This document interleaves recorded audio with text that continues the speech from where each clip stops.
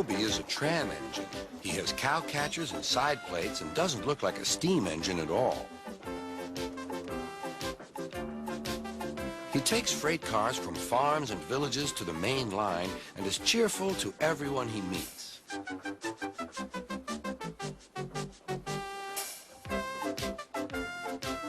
He has a coach called Henrieta who has seen better days. "It's not fair at all," she grumbles, remembering that she used to be full and 9 cars would rattle behind her.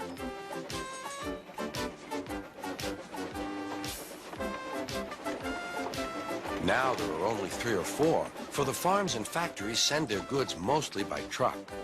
Toby is always careful. The cars, buses, and trucks often have accidents. Toby hasn't had an accident for years, but the buses are crowded and Henrieta is empty.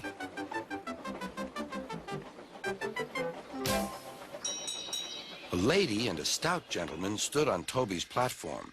He was, of course, Sir Topham Hatt, but Toby didn't know this yet. "Come on, grandfather," cried the children. "Do look at this engine." "That's a tram engine, Stephen," said Sir Topham Hatt.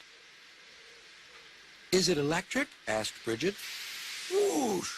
hissed Toby. "Shh," said her brother. "You've offended him." "But trams are electric, aren't they?" "They are mostly, but this is a steam tram."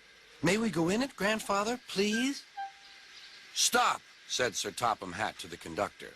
They all scrambled into Henrieta. "Hip, hip, hooray!" chanted Henrieta. But Toby didn't sing. "Electric indeed, electric indeed," he snorted. He was proud of being a steam train. "What is your name?" asked Sir Topham Hatt. "Toby, sir." "Thank you, Toby, for a very nice ride."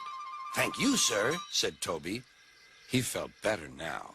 This gentleman, he thought, is a gentleman who knows how to speak to engines. The children came every day for 2 weeks. Sometimes they rode with the conductor, sometimes in empty cars. On the last day of all, the driver invited them into his cab.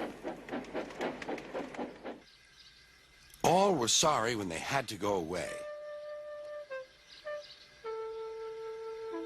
And Sir Topham Hatt and his family thanked everyone. "Come again soon," replied Toby. We will, called the children. And they waved till Toby was out of sight. The months passed. Toby had few cars and fewer passengers. "Our last day, Toby," said his driver one morning. "The manager says we must close tomorrow." That day, everyone wanted the chance of a last ride. The passengers joked and sang, but Toby and his driver wished they wouldn't.